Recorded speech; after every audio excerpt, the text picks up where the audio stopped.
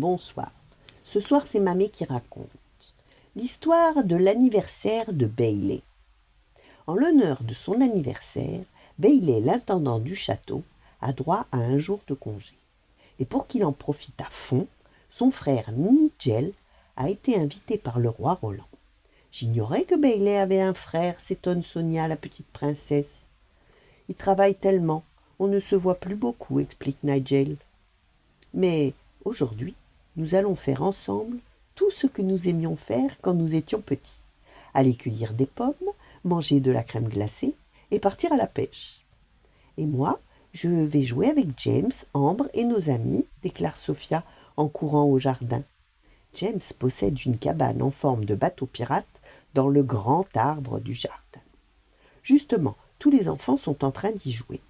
Lorsque le mât s'écroule, Bailey, qui s'apprêtait à sortir cueillir des pommes avec Nigel, décide aussitôt d'aller le réparer. « Je suis désolé, mais aider James est plus important qu'une visite au verger, s'excuse-t-il auprès de son frère.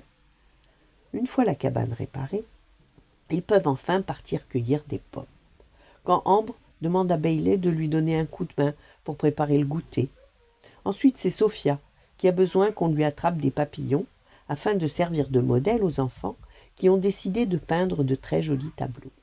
À force, Bailey et Nigel n'ont plus le temps de sortir.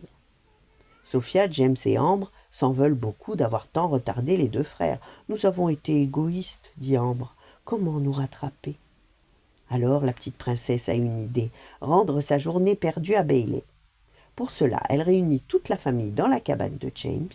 Ils suspendent des pommes au plafond, servent de la crème glacée et font venir Nigel avec sa canne à pêche. Puis Sophia court chercher Bailey. Et lorsqu'il entre dans la cabane, surprise! Même la reine Miranda lui serre la main. « Bailey, vous êtes bien plus que l'intendant du château, déclare-t-elle. Vous faites partie de notre famille. Alors, bon anniversaire, s'exclame tout le monde en chœur. Bailey sourit. Ce jour de congé raté est finalement très réussi.